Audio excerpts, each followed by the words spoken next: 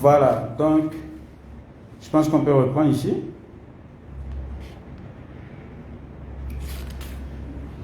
Il y a eu un souci, j'ai l'habitude donc de faire le direct avec ce téléphone là, qui est un S1 Ultra, mais je ne sais pas, ça ne passait pas là maintenant, tout à l'heure ça ne passait pas.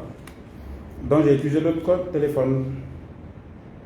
Voilà, donc je m'excuse pour cet incident, ce sont les aléas du direct.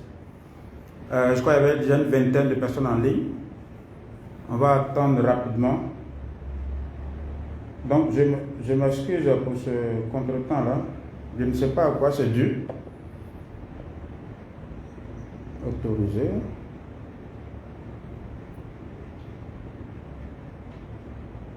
Voilà, donc pour ne pas perdre davantage de temps, on a déjà accusé 17 minutes de retard. On va commencer ici. Donc j'ai utilisé l'autre téléphone là, j'espère qu'il ne va pas glisser lui, parce que lui on n'arrive pas à le mettre sur le...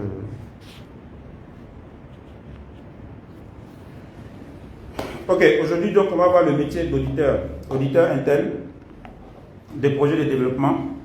Voilà, bonjour à tous, quel que soit le pays, bonjour à tous, RDC, Tunisie, Madagascar, Côte d'Ivoire, bonjour à tous. Alors, votre permission, on va entamer rapidement le direct qui va porter aujourd'hui sur donc, le métier d'auditeur. Souvenez-vous que, alors vous voyez, c'est ça l'inconvénient en fait. Ce téléphone, il y a un numéro, et donc, c'est le numéro sur lequel on m'appelle le plus, donc il risque d'avoir beaucoup d'appels. Malheureusement, l'autre téléphone, ça n'est pas passé là, le direct. Voilà, donc aujourd'hui, on va voir dans le métier d'auditeur interne. Pour ceux qui me suivent depuis peut-être un mois maintenant, on a commencé, je crois, le 1er décembre, le 2 décembre, les directs. Quels sont les différents métiers qu'on a déjà vus? Le lundi, on passe en revue donc les différents métiers qu'on a dans la gestion des projets. Parce que j'ai l'habitude de dire que quand quelqu'un dit je suis spécialisé dans la gestion des projets, ça peut vouloir dire beaucoup de choses. Parce qu'il y a beaucoup de métiers, n'est-ce pas, dans la gestion des projets. Donc, pour susciter des vocations, pour mieux expliquer, n'est-ce pas, les différents métiers, et puis pour être aussi un cadre de discussion avec ceux qui exercent déjà ce métier, on a convenu que pour un certain temps, tous les lundis, on vous fait découvrir un métier. Quels sont les différents métiers qu'on a déjà vus ensemble?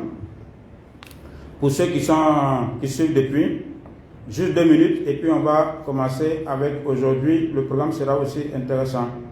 Quels sont les différents métiers qu'on a déjà vu ensemble? Mettez en commentaire. Oui, Ibrahim de Comores, je vois, bonjour. En commentaire, s'il vous plaît. En commentaire, dans la gestion des projets. Donc, pour susciter... Je ne vois pas les différents métiers qu'on a déjà vus. Quels sont les métiers qu'on a déjà vus, s'il vous plaît?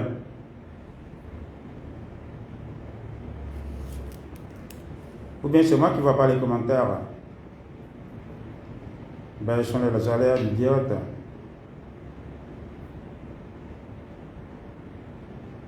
Les commentaires. Bon, alors je ne vois vraiment pas vos commentaires. Donc je vais entamer, je vais commencer. Je pense que c'est moi qui ne vois pas. Passation des marchés, voilà, merci Caleb. On a vu passation des marchés, on a vu quoi d'autre? Spécial gestion financière de projet, merci Alban Rodolphe. Doba, donc on a vu passation des marchés, gestion financière. On a vu quoi d'autre? Communication, donc ça fait 3. Coordonnateur de projet, merci. Ça fait 4. Spécial planification sur évaluation 5. Ok. Donc c'est bon. Ok.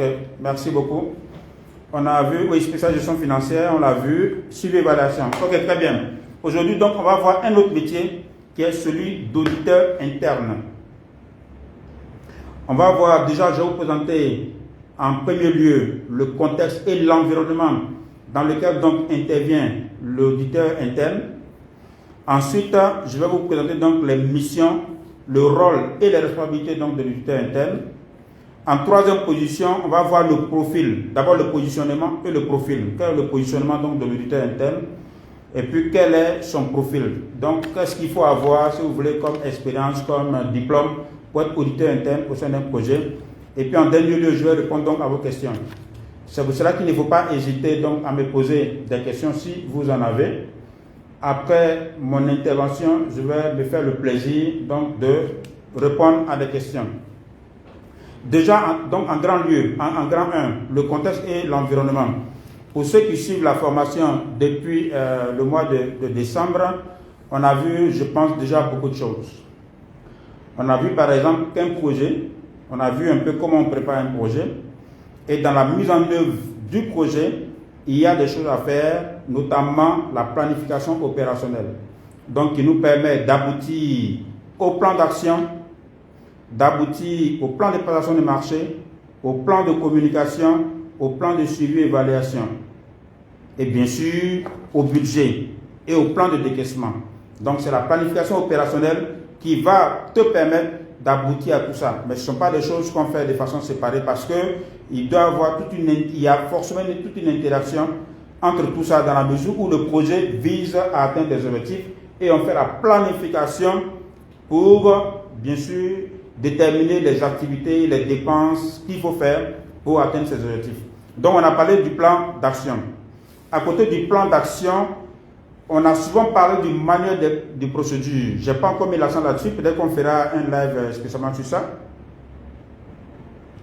On prendra un live sur ça. Mais les outils pour la gestion des projets, d'ailleurs le jeudi, on fera un live sur la mise en œuvre du projet. Donc, certainement, à cette occasion, je vais revenir là-dessus. On a un manuel d'exécution donc, qui explique comment est-ce qu'on va exécuter techniquement le projet.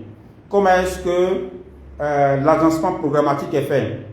Quels sont les rôles des uns et des autres, notamment les parties prenantes, le maître d'ouvrage, le maître d'œuvre, les structures d'exécution, qui doit faire quoi? C'est dans le manuel d'exécution qu'on voit ça. Je ne vais pas entrer dans les détails parce que le jeudi, on va mettre l'accent là-dessus. À côté du manuel d'exécution, vous avez le manuel de planification, suivi et évaluation. J'en avais déjà parlé lorsque je faisais la présentation sur le métier de spécialiste en suivi et évaluation. À côté du manuel de planification, suivi et évaluation, vous avez le manuel de procédure administrative, comptable et financière.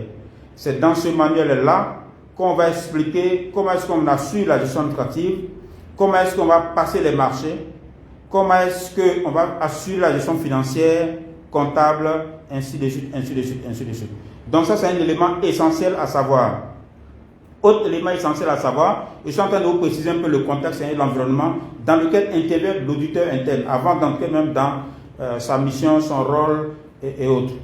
L'auditeur, il faut savoir qu'une fois qu'on a mis en place l'équipe de gestion, qu'on a élaboré les manuels, les différentes procédures, que ce soit les procédures programmatiques, de planification, suivi, évaluation et procédures de gestion, donc administrative, comptable et financière et par exemple de marché, ce que vous devez savoir, c'est que l'équipe de gestion, donc bien sûr, son rôle, c'est de mettre en œuvre le plan d'action dans le respect donc, des procédures qui ont été définies. Et chaque 6 mois, il y a une mission de supervision du bailleur. Le bailleur vient pour s'assurer que le projet est exécuté conformément, bien sûr, au plan qui a été convenu, que les résultats sont en train d'être atteints. C'est pour ça que chaque 6 mois, on va faire un suivi des indicateurs. Donc, le bailleur vient aussi pour vérifier que la gestion financière est faite correctement et donc conformément à ce que le bailleur a validé. Pendant cette mission de supervision, il va aussi s'assurer que les marchés sont passés conformément, n'est-ce pas, non seulement aux directives, mais au manuel de procédure administrative, comptable et financière. Et ces missions-là sont faites chaque 6 mois. C'est au terme de ces missions de supervision, très souvent on donne un document qui est un rapport de supervision, donc qu'on appelle dans notre jargon, en tout cas des projets de développement, on appelle ça l'aide-mémoire. Et dans l'aide-mémoire, vous allez voir qu'en général, chaque composante du projet, chaque fonction, je veux dire, est évaluée. C'est en ce moment-là, par exemple, que en fait, tous les bailleurs notent, voilà, soit c'est satisfaisant, c'est insuffisant, ainsi de suite, ainsi de suite. Juste pour vous dire, une fois qu'on a mis en place, on a fait le plan d'action pour atteindre les objectifs, on a élaboré les procédures qui ont été validées par le bailleur, l'unité de gestion va faire sa mise en œuvre, on verra ça dans les détails le jeudi, mais chaque 6 mois, le bailleur vient faire sa mission de supervision. Ça, c'est un élément essentiel à retenir. Chaque année, il y a ce qu'on appelle l'audit externe, c'est-à-dire qu'on recrute un cabinet d'audit, hein, un cabinet d'audit externe qui va venir auditer la gestion du projet. C'est systématique sur tous les projets financés, en tout cas par les bailleurs. Chaque année, il y a un audit externe qui est fait. On prend un cabinet indépendant, donc il vient faire l'audit pour s'assurer que les procédures sont respectées, qu'il n'y a pas de misprocurement, ainsi de suite, ainsi de suite, ainsi de suite. Et que tout est fait conformément aux procédures. Une fois que vous avez compris ça, l'autre élément essentiel, avant de parler de l'auditeur interne, c'est que dans la mise en œuvre, on a un contrôle financier qui est assuré par une direction du ministère du Budget. Alors, ce que j'ai dit, je prends le cas de la Côte d'Ivoire, mais dans quasiment tous nos pays, c'est un peu le même schéma, ce sont les dénominations qui changent. Donc, vous avez un contrôle interne qui est assuré par une direction qui est très souvent sous la tutelle du ministère du Budget. Chez nous, ici, c'est la direction du contrôle financier. Donc, qui assure ce contrôle-là, contrôle a priori, concomitant et a posteriori, pour tout ce qui concerne les dépenses. D'accord? Pour tout ce qui concerne les dépenses. Il va s'assurer, bien sûr, que les dépenses qui sont en train d'être exécutées sont prévues au budget, que les marchés ont été approuvés par le bailleur, n'est-ce pas? C'est ce travail que lui va faire. C'est pour cela que chaque dépense fait objet de ce qu'on appelle le visa préalable du contrôleur financier. C'est-à-dire le contrôle financier doit s'exercer avant même que le coordonnateur, qui est l'ordonnateur, le directeur du projet, puisse avancer, n'est-ce pas, dans l'élection des dépenses. Donc, pour dire qu'il y a un contrôle interne qui est assuré. Ensuite, vous avez un autre acteur essentiel qui est l'agent comptable, c'est-à-dire le payeur.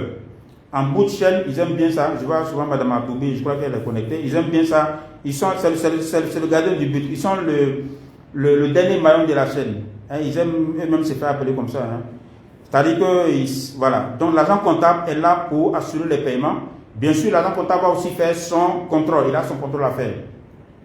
Tout ça pour vous dire quoi? Pour vous dire, dans la mise en œuvre du projet, vous avez des acteurs qui interviennent, qui agissent. Bien sûr, ils doivent agir dans le respect des procédures qui ont été validées. Comment est-ce qu'on s'assure que les procédures qui ont été élaborées, que ces procédures-là sont suivies par les différents acteurs? Raison pour laquelle, donc, on prend quelqu'un qui n'est pas, lui, acteur, ou bien c'est une dame, qui n'est pas, en tout cas, qui n'intervient pas en tant qu'acteur dans la chaîne de dépenses, dans la chaîne de mise en œuvre, pour, un peu en retrait, s'assurer que les procédures sont respectées. C'est ça l'objectif de prendre donc un auditeur interne. Vous voyez, tout à l'heure, j'ai parlé d'audit externe qui est un cabinet qui vient une fois dans l'année faire sa mission. Vous avez des acteurs de mise en œuvre, notamment le coordonnateur, qui est l'ordonnateur, vous avez le contrôleur financier, vous avez donc l'agent comptable payeur. Dans certains pays, ça porte d'autres dénominations. Tu as dit que c'est la fonction de payeur, la fonction de contrôle interne et puis la fonction d'ordonnateur. Donc, la question, c'est de dire comment est-ce qu'on s'assure que les procédures sont respectées pour éviter que lorsque l'auditeur externe, le cabinet indépendant va venir, pour se faire épingler. Du coup, le bailleur et le gouvernement se mettent d'accord pour qu'il y ait un auditeur interne donc au sein de l'unité de gestion du projet pour veiller à cela. Si vous avez bien compris cela, vous avez compris donc l'esprit, n'est-ce pas, la raison pour laquelle il faut un auditeur interne. Donc ça, c'est le contexte de l'environnement. Pour préciser un peu dans quel cadre va intervenir donc cette personne qui va assurer la fonction d'auditeur interne. En deux, s'il y a des choses que vous ne comprenez pas, n'hésitez pas à poser des questions en commentaire. Après, je vais répondre. En deux, les missions, rôles et responsabilités donc de l'auditeur interne. Je vais utiliser ici mon conducteur ici pour donc vous présenter la mission, en tout cas le mandat de l'auditeur interne. Donc, je viens de le dire, le rôle, si on doit résumer, vous devez retenir ces choses, c'est que l'auditeur interne est là pour veiller au respect des procédures et il le fait pour le compte de l'unité de coordination et son rôle c'est d'éviter justement que l'audit externe se passe mal. Voilà. Donc si vous êtes coordonnateur, vous êtes contrôleur financier, agent comptable, spécialisation des marchés, gestion financière, si vous comprenez que sa mission est là pour vous aider, si l'auditeur lui-même comprend que sa mission est là pour aider l'unité de gestion, les choses se passent vraiment bien. Mais très souvent, ça ne se passe pas bien parce que, justement, soit l'auditeur interne dépasse ses prérogatives, il se transforme en auditeur externe, ou même en bailleur, en censeur, en gendarme.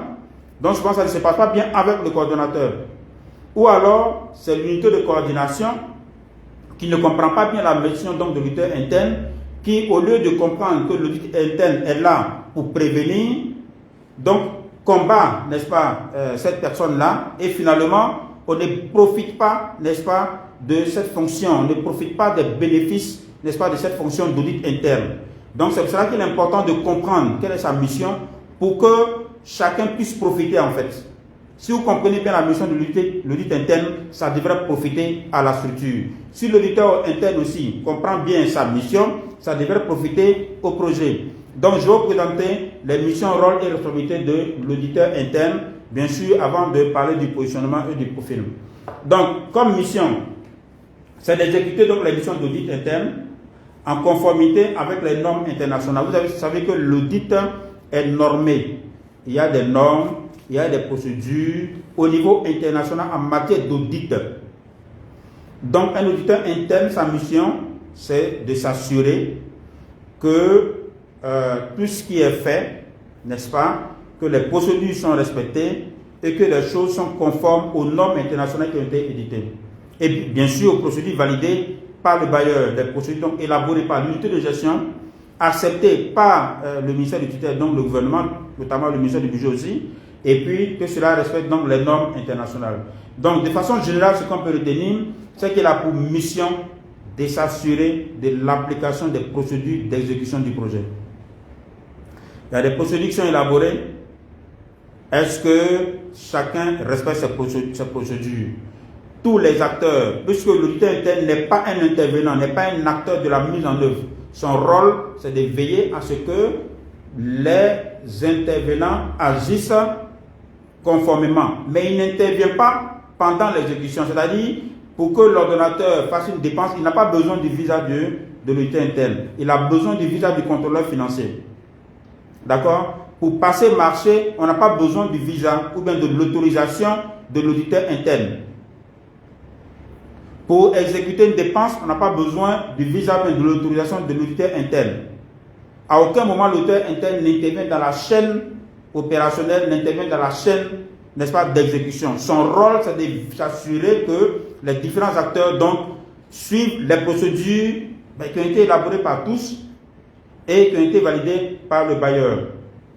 Donc, il va s'assurer du respect des procédures, tout ce qui est procédure qui débouche sur le financement des agents d'exécution. Ce que j'appelle agent d'exécution, et que ce que vous devez comprendre, c'est que quelquefois, on a l'unité de coordination des projets.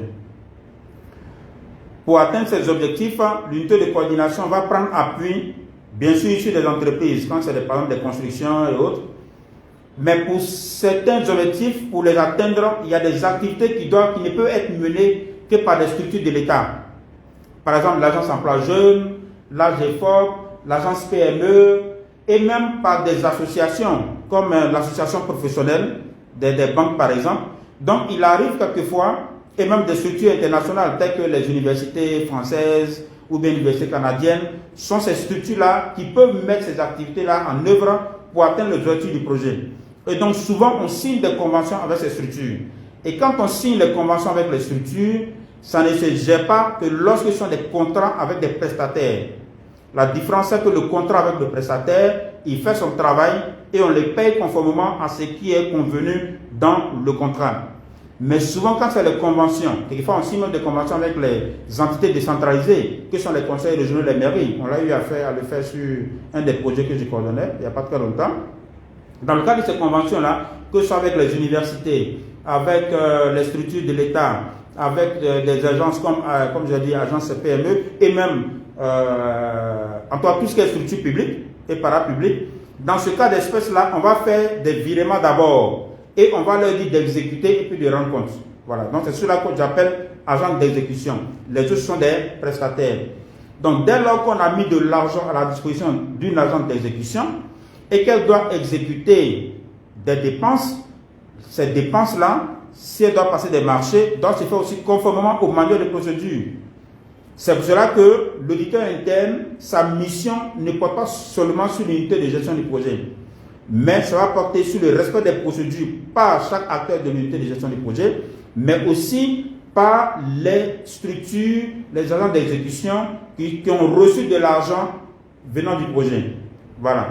Donc son rôle va au-delà de l'unité de gestion du projet.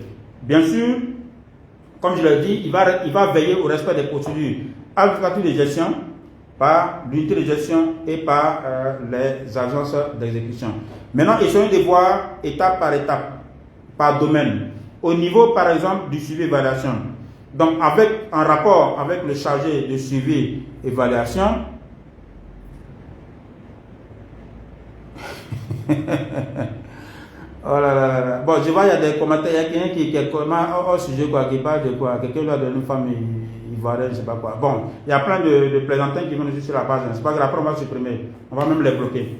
Tous ceux qui parlent de marabout, ici là, ce n'est pas une page de broutage, hein, c'est du sérieux. Ceux qui viennent ici là, c'est des gens sérieux. Donc, pour l'instant, vous excusez, après on va les supprimer.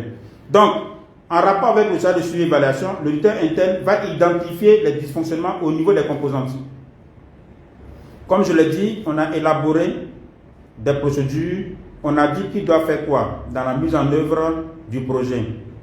Donc, un bon auditeur interne ne doit pas porter seulement sur l'aspect comptable, l'aspect financier, l'aspect dépense, ce n'est pas ça. Même dans le respect, n'est-ce pas, du manuel d'exécution, doit pouvoir relever le fait que c'est tel que le ministère, par exemple, qui devait faire telle activité, mais au lieu que ce soit le ministère, c'est plutôt l'unité de coordination qui le fait. Ou alors, c'est l'unité de coordination qui devait faire ceci, mais dans le cadre du projet, ce n'est pas ce qui est fait, c'est plutôt le ministère qui le fait. Parce que, bien entendu, dans la mise en œuvre d'un projet, chacun a son rôle. Donc, l'auditeur interne doit se mettre en rapport avec le spécialiste de l'évaluation pour identifier les dysfonctionnements qu'il y a dans la mise en œuvre même des composantes du projet.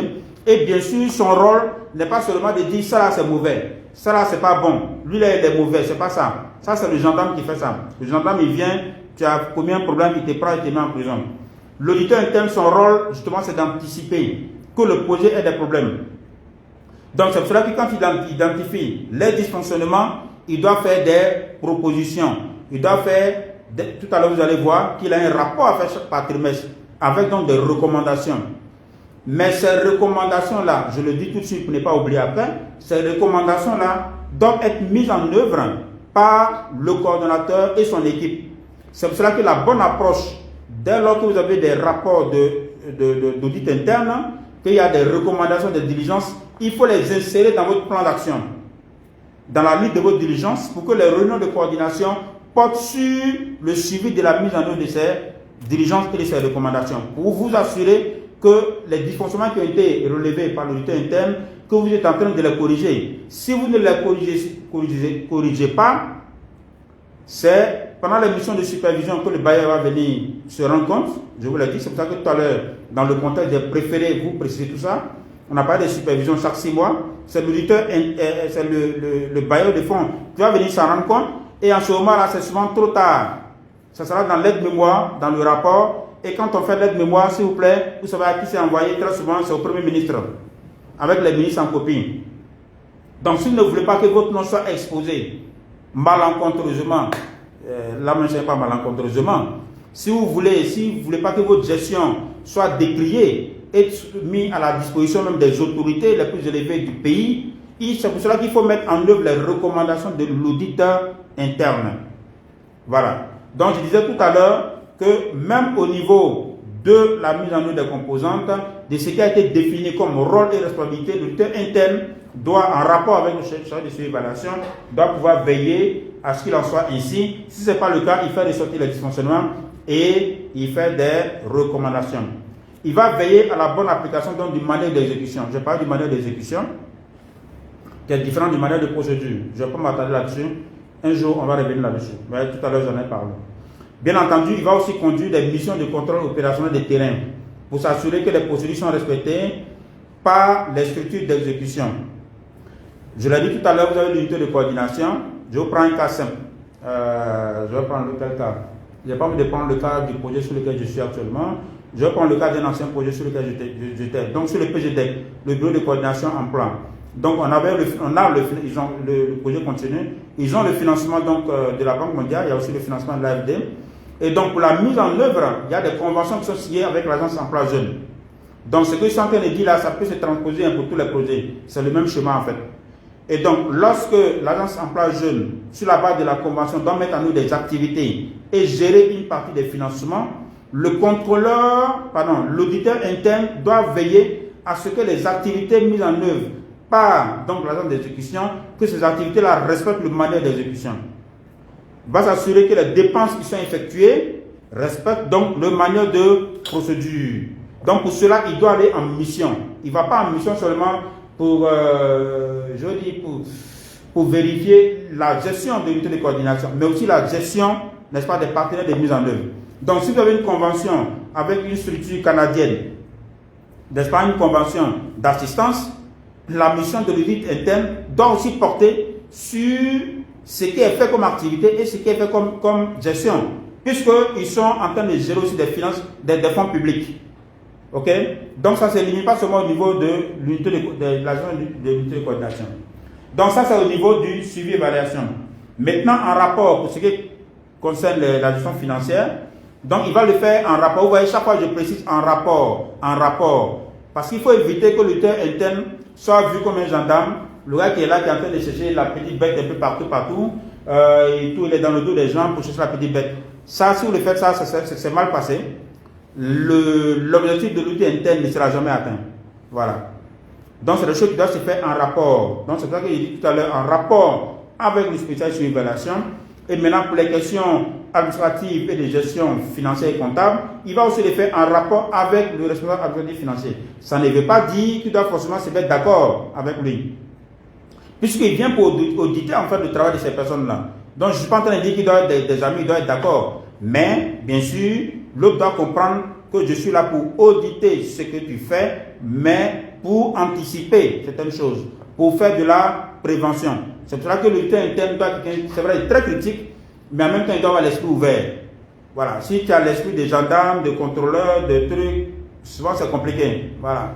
Il y a des auditeurs internes qui ont beaucoup de problèmes avec tout le monde. Bon, bien entendu, à un moment donné, les gens, si ils ont la possibilité de ne pas reconduire ton contrat, ils ne vont pas reconduire. Aussi simple. Donc, revenons au deuxième point de ce que l'auditeur, sa mission.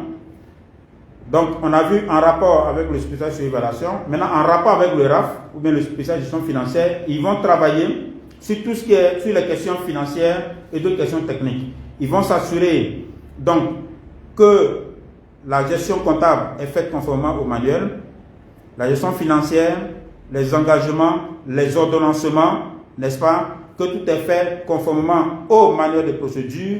Et bien entendu, c'est dans le manuel de procédure, on va parler par exemple des ANO, les avis de non-objection. Ok? C'est-à-dire, avant de faire certaines dépenses, il faut qu'il y ait l'avis du bailleur. Mais ils vont aussi ensemble s'assurer que les recommandations et les diligences issues de l'audit externe, je vous ai dit tout à l'heure, il y a une audit externe qui se fait chaque année. Chaque année, tous les projets sont audités par un cabinet indépendant. Donc, ils vont s'assurer, l'auditeur interne et le spécialiste gestion financière, qui assume donc la fonction des RAF, vont s'assurer que les recommandations et les diligences qui sont formulées par l'auditeur externe, le cabinet externe, que ces recommandations-là sont mises en œuvre. Si vous ne le faites pas, c'est un an après, le cabinet d'audit externe va venir formuler, va dire, on a fait des recommandations, ils ne l'ont pas respectées. Mais bien entendu, avant ça même, vous avez chaque 6 mois le bailleur de fonds qui viendra dire, écoutez, ce projet ne fonctionne pas, parce qu'il y a des dysfonctionnements qui ont été relevés, mais il n'y a aucune mesure corrective. Ils ne mettent pas à exécution donc les diligences et les recommandations qui ont été formulées. Donc, ils vont veiller, comme je l'ai dit, au respect des procédures. 2, ils vont veiller à la mise en œuvre des recommandations et diligences de l'audit externe. 3, il va veiller à la mise en œuvre des recommandations et diligences des missions de supervision. Et bien entendu, veiller à la bonne application du manuel de procédure. Aussi bien par l'unité de coordination. Dans certains pays, on dit UGP, unité de gestion du projet. Dans d'autres pays, on dira unité de coordination du projet. Et bien sûr, pas seulement veiller à l'application du manuel par cette entité, mais aussi par toutes les entités, n'est-ce pas, qui sont vues comme des agents d'exécution et qui reçoivent des fonds du projet. D'accord? Donc, ce que je dis là, c'est des choses que vous pouvez calquer pour ce qui est des entreprises. qui ont des projets. Alors, bien entendu, l'auditeur interne va aussi il va apprécier a posteriori. En fait, quand on dit a posteriori, ça veut dire après. A priori, ça veut dire avant. Concomitant, ça veut dire en même temps, au même moment. Donc, il va apprécier a posteriori, puisque tout ce qui est dépenses, les différentes transactions, il n'intervient pas lui en tant qu'acteur. Donc, ce qu'il va faire, quelquefois, il va faire un sondage pour apprécier a posteriori donc les transactions financières qui ont été faites par l'unité de coordination, mais aussi par les agents d'exécution, et s'assurer de leur conformité aux conventions, de la régularité et des niveaux de risque, de fraude et corruption éventuelle. Donc son rôle, c'est de chercher tout ça aussi. C'est vraiment son rôle, c'est de chercher partout où il y a risque, où il y a des fraudes, des éventualités de corruption, mais à la différence de l'audit externe qui est là, un peu comme le gendarme, l'auditeur interne, lui, il est là pour faire de la prévention. Ok? Il va bien sûr proposer donc des outils de contrôle de la gestion donc des structures d'exécution. Il va faire des recommandations pour dire bon, ça là c'est pas bon, voilà ce qu'il faut faire pour corriger. Ça c'est pas bon, voilà ce qu'il faut pour corriger. Et donc il va, sur la base donc, de ce travail qui a été fait, il va élaborer chaque trimestre un rapport d'audit interne sur les différentes missions qu'il a effectuées sur pièce, d'accord, et puis sur le terrain. Ok? Donc sur pièce et sur place. On a l'habitude de dire sur pièce, sur place. Sur pièce, ça veut dire sur la base des papiers qui sont là, et puis sur place, donc à travers les missions de contrôle qui sont faites sur le terrain. Il peut aller sur le terrain, il peut décider d'aller voir telle construction, d'aller vérifier, il peut faire un échantillonnage. Parce que son rôle aussi, comme je l'ai dit, c'est de détecter. S'il ne fait pas son rôle, s'il ne fait pas ça, bon, tout le monde dira qu'il ne fait pas son travail, à commencer par le bailleur et le gouvernement, bien sûr. Donc, juste pour dire que chaque trimestre, il va élaborer donc un rapport d'auditeur interne. Et ce rapport-là, en principe, il est dû 15 jours après la fin du trimestre. Vous savez pourquoi 15 jours après? Parce qu'en principe, quand l'organisation est bien faite, le rapport du bailleur lui-même, le rapport que l'unité de coordination fait au bailleur, c'est chaque trimestre, 45 jours après le trimestre. Donc, si on a le rapport d'audit interne 15 jours avant, ça permet déjà de l'exploiter. Et en principe, chaque projet, il y a aussi ce qu'on appelle le comité de pilotage qui se réunit en principe chaque 3 mois. Ce n'est pas valable pour tous les portefeuilles de projets, ce n'est pas valable pour tous les projets, mais quelquefois, c'est fait comme ça. Donc, c'est pour cela que le rapport d'audit interne doit venir 15 jours après la fin du trimestre. 45 jours après, on doit avoir le rapport, n'est-ce pas, de suivi financier, mais qui est en réalité le rapport d'activité trimestrielle. Et puis après, on organise donc le comité de pilotage, qui est en fait un comité de gestion, ou bien un conseil d'administration, si vous voulez. Voilà. Ok?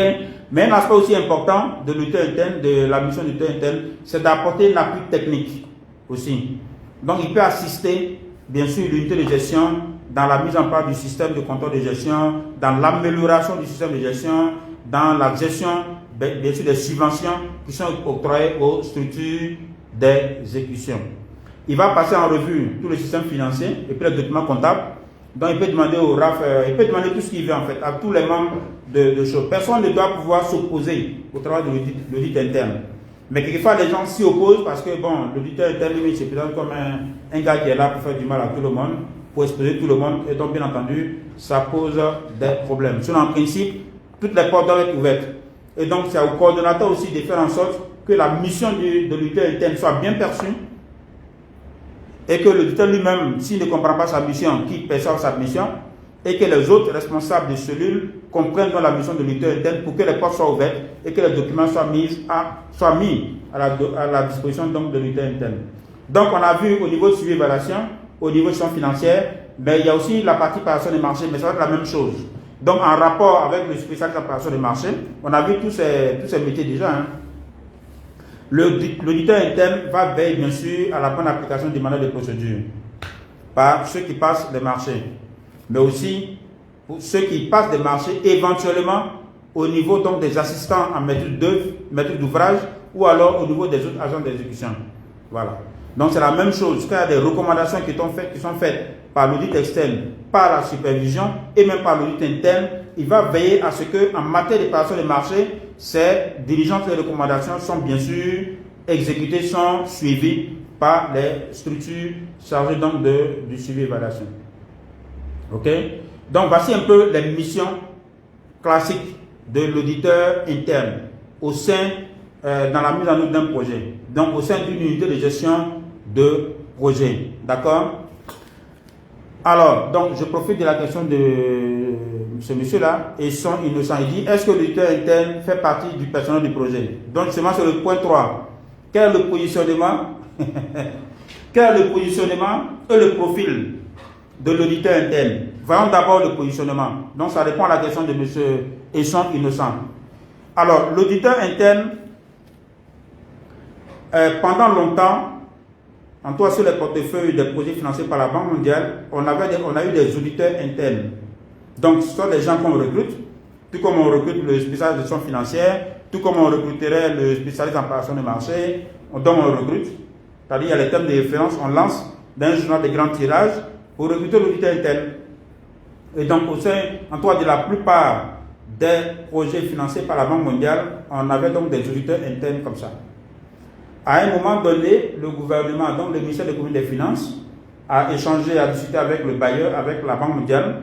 Et donc aujourd'hui, l'audit interne est assuré par des agents de l'inspection générale des finances. Ok? Par des agents de l'inspection générale des finances. Il y a eu tout un débat d'ailleurs sur ça. Je faisais partie de ceux qui estimaient que si on dit audit interne, ça veut dire que la personne est au sein de l'équipe. Puis son rôle, c'est de faire de la prévention. Ce n'est pas quelqu'un qui vient de l'extérieur. Donc, pour répondre à votre question, l'auditeur interne doit faire partie de l'équipe du projet. Dès lors qu'il vient de l'extérieur, c'est l'auditeur externe. Mais il doit être là au quotidien et puis jouer son rôle. Donc, il doit faire partie de l'équipe de gestion du projet. C'est pour cela qu'avant, on recrutait des individus. Donc, il fait partie de l'équipe, placé donc rattaché au coordonnateur, ok?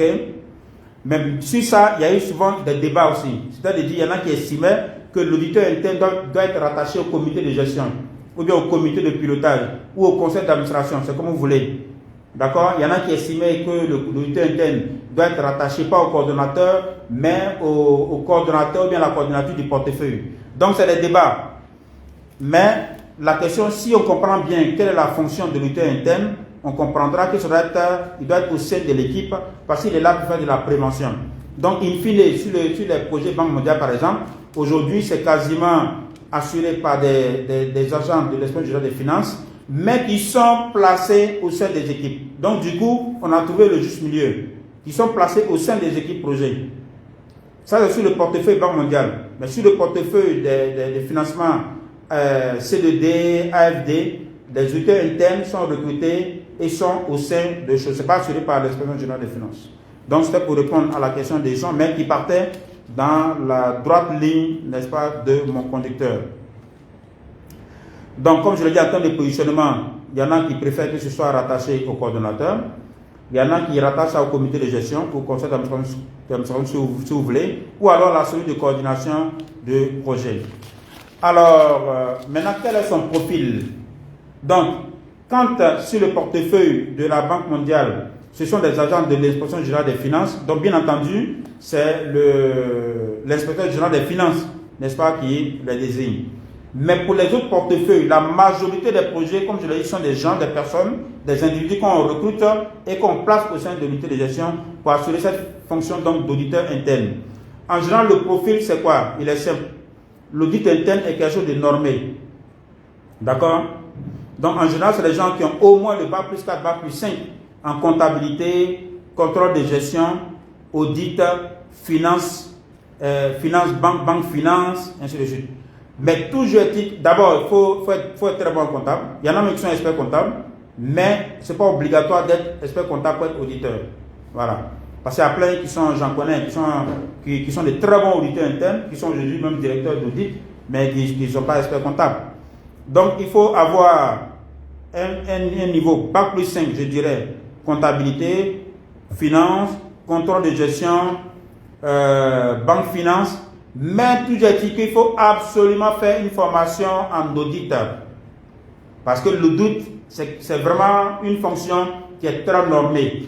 ils ont leurs normes, ils ont leurs codes. Donc, je veux dire, on ne peut pas être simplement un master en comptabilité et puis dire, moi, je vais faire audit interne. Si tu fais audit interne, il fallait te former.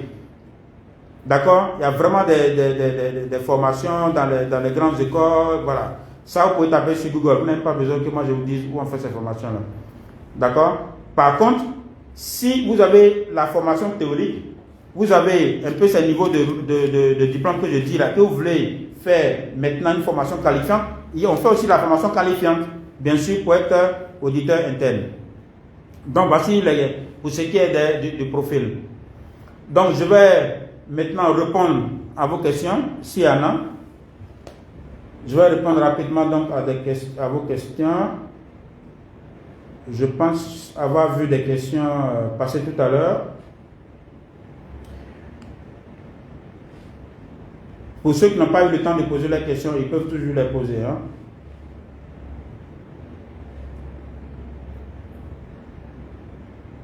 Ils peuvent toujours les poser. Ne ratez pas la session du jeudi aussi, où on va parler donc de... On va voir les étapes de la mise en œuvre du projet. Bon, maintenant, s'il y en a qui veulent regarder leur match, ils vont regarder le match, hein, et puis après, ils vont venir voir. De toute façon, les vidéos sont en live, mais bon, chacun a ses priorités, quoi. Moi, c'est si la Côte d'Ivoire arrive en demi-finale que je vais commencer à suivre. D'accord? Mais sinon, pour l'instant, j'estime que la priorité, c'est pas ça, pour moi. Alors, mais tu dis que si vous ratez la session en direct, vous pourrez toujours voir en différé. Alors, quelles sont les questions? Je vais commencer par les plus récentes et puis descendre. Alors, je constate qu'il y a une différence entre vos explications que je trouve pertinentes et réalistes et ce qui se passe dans nos projets financés par la Banque mondiale. Mais dont l'unité interne n'est ni du projet ni du ministère, mais plutôt un cabinet. Non. Bon, alors je ne sais pas de quel pays, Ibrahima Amadan, je ne sais pas de quel pays vous êtes, mais non, en Côte d'Ivoire, sur les financements Banque mondiale, l'auditeur interne, actuellement, sont les agents de l'inspection générale des finances. Donc, je ne sais pas à madame, je ne sais pas de quel pays il s'agit, mais comme je l'ai dit, c'est une question de discussion entre le bailleur et puis le ministère qui est chargé, qui est la porte d'entrée. Hein. Voilà. Mais tu as dit qu'il faut qu'il y ait un agent, mais il faut que la personne soit à l'intérieur, soit là. Même si elle vient d'ailleurs, c'est le cas de la Côte d'Ivoire actuellement, ce ne sont pas des gens qu'on recrute pour mettre pour le portefeuille Banque mondiale. Ce ne sont pas des gens qu'on recrute pour mettre au sein du projet. Ils viennent de l'inspection générale des finances, mais ils sont au sein de l'équipe gestion. C'est vraiment pour moi ce qu'il faut faire pour assurer, pour donner toute sa valeur à l'audit interne, qui est avant tout de la prévention. D'accord? Monsieur Lagui Niaoré, est-ce que l'auditeur interne participe à l'élaboration des manuels de procédure? C'est aussi une question très pertinente. Oui, alors, ça dépend. Si l'auditeur interne est là avant l'élaboration du manuel, d'ailleurs, vous savez, le manuel de procédure, peut-être qu'un jour je vais faire live sur ça, le manuel de procédure, tout le monde doit participer à l'élaboration du manuel de procédure.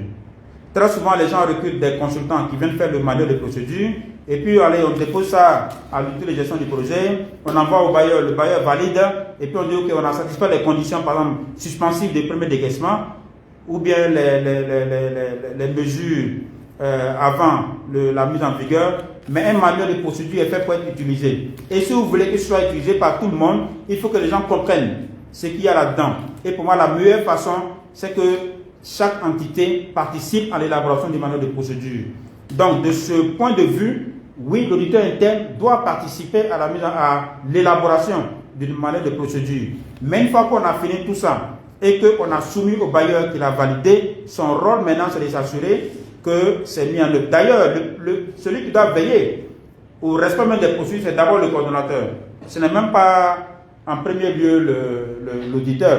C'est le coordonnateur qui doit veiller à ce que ce qui a été élaboré comme procédure soit respecté par chaque entité, chaque acteur de la mise en œuvre du projet. Mais comme lui-même il est un acteur, c'est pour cela que l'auditeur interne est là pour s'assurer. Et donc, quand il va faire des recommandations, le coordonnateur doit veiller à ce que ce qui est écrit dans le manuel est respecté. Donc, oui, il faut l'impliquer. D'ailleurs, moi, ce que j'ai eu à faire jusque-là, que j'ai fait, vous savez que le manuel de procédure est fait par des hommes.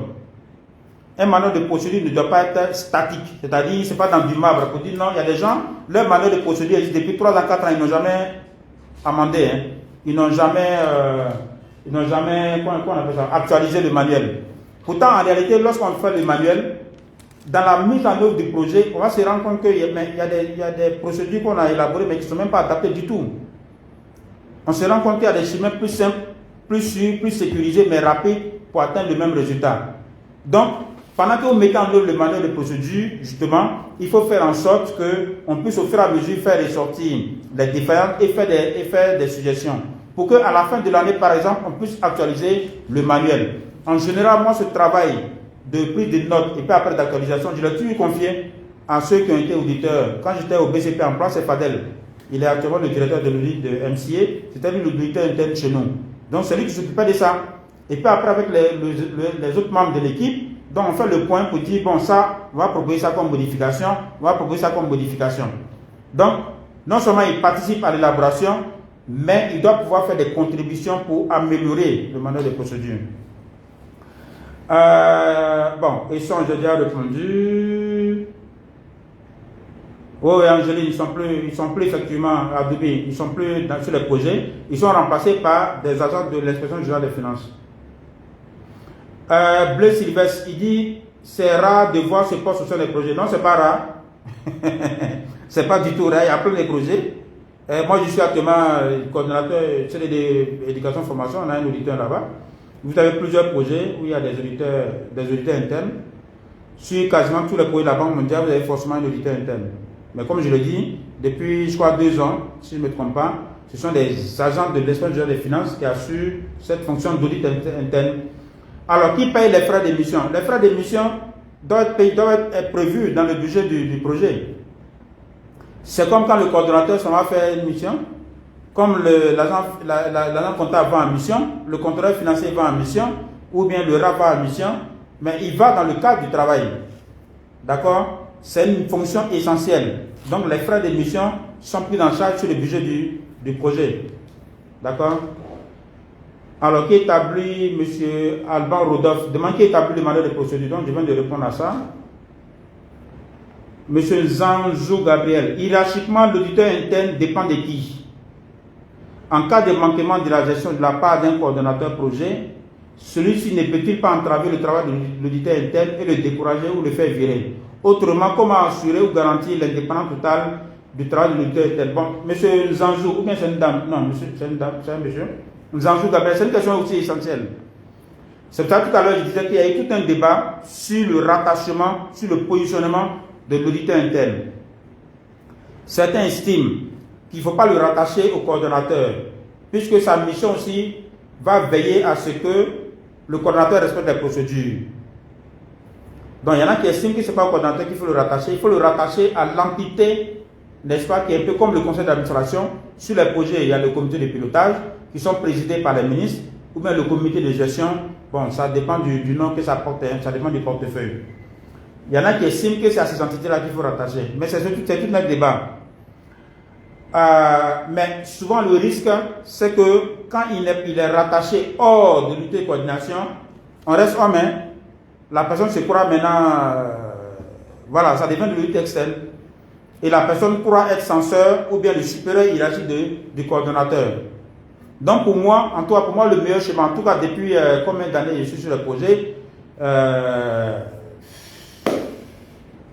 au moins entre 12 et 15 ans quand même, je suis sur le projet, je n'ai jamais eu de problème sérieux avec un auditeur interne. Comme je l'ai dit, ça dépend, je pense que pour que certaines choses fonctionnent, ça dépend aussi du coordonnateur. Si le coordonnateur comprend le rôle, c'est un peu comme le débat qu'il y a souvent avec les contrôleurs financiers. Il y en a qui sont tout le temps dans les paroles avec les contrôleurs financiers. Pour moi, j'estime que c'est un organe essentiel. L'audit interne, c'est une fonction essentielle. Pour la simple raison que nous, en tout cas pour ceux qui sont dans la coordination des projets, on a la pression du bailleur, pression des ministères, pression de la primature, il faut décaisser, il faut attendre les résultats. Donc, quelquefois, on est très pressé. On est tellement pressé que quelquefois, on s'en fout, on veut aller vite parce qu'on veut réduire la pression. Mais il faut qu'il y ait des entités qui sont un peu loin de ces pressions-là pour nous dire, écoutez, non, là, vous êtes en train de violer. Non, avant d'avancer, il faut mettre ça en règle, ainsi de suite, ainsi de suite. Donc, ça vous permet d'avancer et puis être en paix après. Sinon, à force de violer les règles, on se retrouve dans des situations qu'on n'a pas voulu. Donc pour moi, que ce soit le contrôle financier, l'audit interne, sont des fonctions essentielles. Donc pour que ça marche, à mon avis, l'auditeur interne doit être rattaché au coordonnateur. Mais il faut que le coordonnateur comprenne les bien fondés et sensibilise le reste de l'équipe pour que ça fonctionne. Sinon, il y en a qui rattachent, bon je ne sais pas s'il y en a qui sont encore rattachés, hein. C'est pour cela que même sur le portefeuille Banque mondiale, bien que ce soit des agents de l'inspection générale des finances, mais ils sont au sein de l'équipe. Pour moi, ça c'est vraiment le bon schéma qui a été trouvé. Ils sont au sein de l'équipe. Parce que les rapports qui sont élaborés, tout à l'heure je n'ai pas mis l'accent là-dessus, les rapports d'audit, l'auditeur ne doit pas envoyer ça au bailleur. Il n'a pas compétence à envoyer au ministère, ni à la primature. C'est au coordonnateur qui doit envoyer. Parce que c'est l'auditeur interne. Mais si tu, derrière moi, tu envoies ça au bailleur, ben, ça pose problème. Donc déjà, il y aura toujours des tiraillements entre le coordonnateur et l'auditeur interne. Non. Donc si vous avez un bon auditeur interne, qui est intelligent, qui sait quelles sont ses missions, un coordonnateur qui comprend l'utilité de l'audit interne, ça se passe vraiment bien. Voilà. D'accord? Donc, pour moi, ce n'est pas le rattachement qui est vraiment ces choses. Dans la mesure où il y a toujours l'audit externe qui arrive. L'auditeur externe, il n'est rattaché à personne. C'est un cabinet indépendant. Donc, si c'est pour faire ce contrôle-là, chaque année, ça se fait déjà. Mais c'est pour éviter justement que les audits externes se passent mal, qu'on a institué donc les audits internes. Donc, pour cela, pour moi, ça ne devrait pas poser problème que l'auditeur interne soit rattaché au coordonnateur.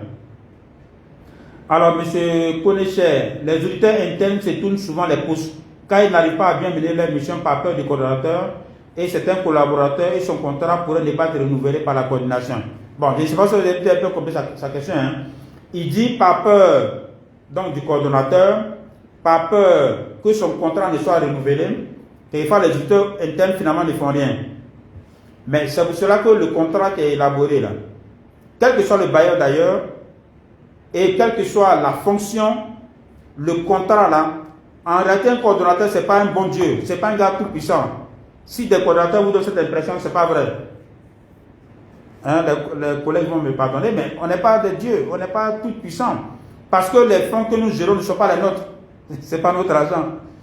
C'est le gouvernement, ou bien pour des coordonnateurs qui sont dans les structures privées, c'est l'entreprise qui a cherché son financement.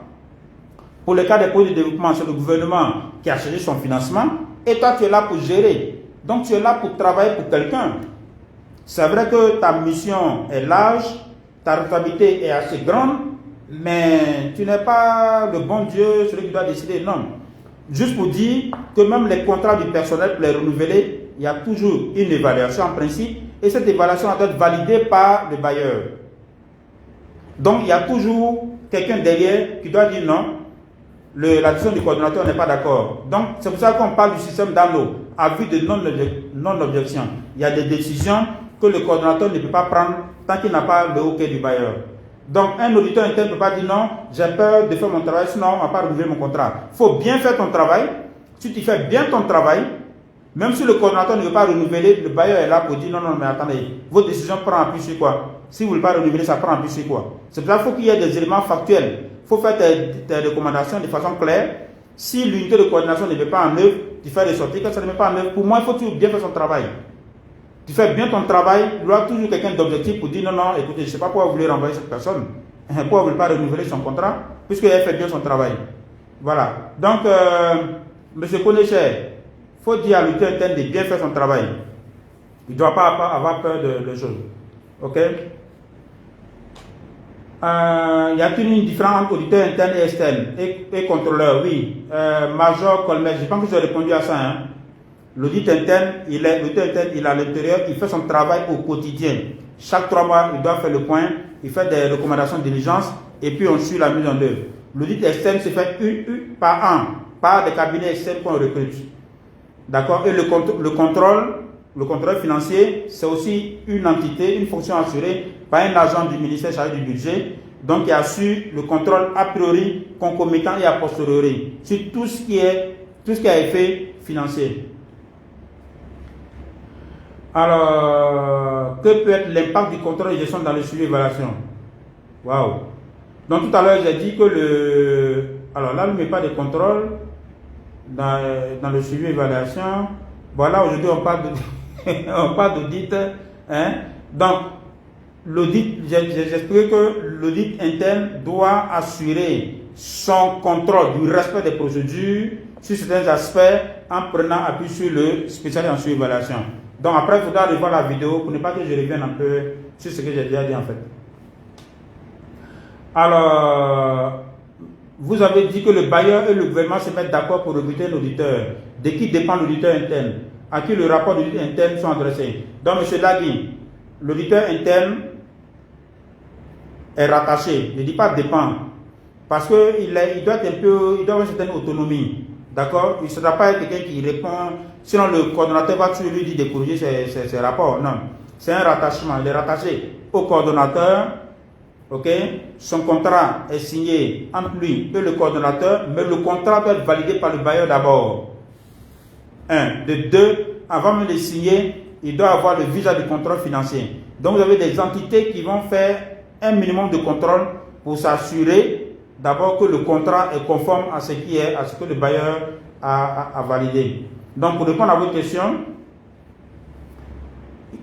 ce n'est pas une dépendance. On ne peut pas dire qu'il dépend du coordonnateur, non. Ce n'est pas une dépendance, il est rattaché. Ok? Et puis, donc, quand il fait son rapport, en principe, son rapport, chaque trimestre là, ça passe par le coordonnateur, mais ça doit être mis à la disposition et du bailleur, mais ça doit être aussi présenté aux réunions du comité de pilotage. Voilà. Pour dire, voici les diligences, c'est pour cela que l'unité de coordination doit veiller à la mise en œuvre des diligences et des recommandations pour ne pas se voir exposé devant le bailleur ou bien devant le comité de pilotage qui est présidé par le ministre des tutelles et puis bien sûr composé par les représentants de tous les autres ministres qui sont parties prenantes. L'auditeur interne, l'audit. Alors, M. Sidibé demande si l'auditeur interne n'audite que les aspects financiers. Non. Vous voyez, tout à l'heure, j'ai parlé aussi de l'aspect programmatique. C'est par ça que j'ai commencé d'ailleurs. Hein? C'est-à-dire, est-ce que par exemple le ministère de l'Agriculture, qui est tutelle du projet en question, c'est le ministère là, par exemple, qui doit élaborer les premiers drafts du plan d'action annuel. Alors qu'on se rend compte que c'est l'unité de coordination qui s'enferme et qui fait tout ça. Donc l'auditeur interne va relever qu'en réalité, le PA initial, le primitif, doit venir de la tutelle, du maître d'ouvrage. D'accord? Donc, il n'intervient pas seulement sur les aspects financiers, il intervient sur le respect aussi, n'est-ce pas, du manuel d'exécution. Il veille à ce que les missions des uns et des autres soient assurées par les entités qui ont été désignées par les manuels d'exécution. Donc, il va intervenir dans le respect de ces aspects-là. Il va intervenir sur l'aspect passation des marchés. Est-ce que les procédures de passation des marchés sont respectées? Et puis, bien sûr, sur les aspects financiers. À quel moment l'auditeur interne est recruté? Est-ce qu'il participe à l'élaboration des différents manuels dont vous avez parlé? Idéalement, pour moi, au moment de la mise en œuvre du projet, l'auditeur interne doit être là. Au même moment qu'on recrute le coordonnateur, quand on recrute le coordonnateur, le meilleur schéma, quand on recrute le coordonnateur, l'équipe, bien sûr si c'est un nouveau projet, l'équipe que le coordonnateur doit mettre en place rapidement, donc au moins un RAF, un spécial de gestion financière, au moins un spécial de passation des marchés, au moins un spécial sur évaluation, au moins l'auditeur interne. Ok? Par la suite, on peut recruter les communications, tout le personnel d'appui, et puis le personnel d'appui. Même là, il serait bon, par exemple, que le spécial de communication soit là. Bien sûr, les autres, le contrôle financier et les agents comptables sont des agents qui sont nommés par leur direction. Donc, le contrôle financier va être désigné par la direction du contrôle financier, et puis l'agent comptable, donc le payeur par le trésor.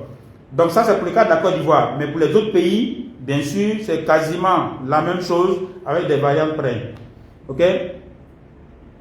Alors, est-ce qu'il y a d'autres questions? Je remercie ceux qui me remercient. Bon, tout le reste, c'est des félicitations, des remerciements. Je vais voir s'il n'y a pas d'autres questions qui viennent d'arriver. Et puis, on va arrêter dans quelques minutes. Est-ce qu'il y a eu des questions récemment? Non, c'est bon. Voilà. Donc, de toute façon, si vous avez d'autres questions, il faudra les mettre en commentaire. Et puis, bien sûr, à la prochaine session, je vais commencer par répondre à ces questions-là avant d'entamer le sujet du prochain jour. Ceci dit, je vous remercie. Vous pourrez, les vidéos restent en ligne, donc vous allez toujours les voir. On a rendez-vous donc le jeudi sur les étapes de la mise en œuvre du projet. Donc il y a des aspects sur lesquels on va revenir et qu'on va davantage approfondir. D'accord? Merci à vous, bonne soirée. Vous pouvez aller regarder maintenant les matchs de football. Ok? Voilà, bonne soirée à vous.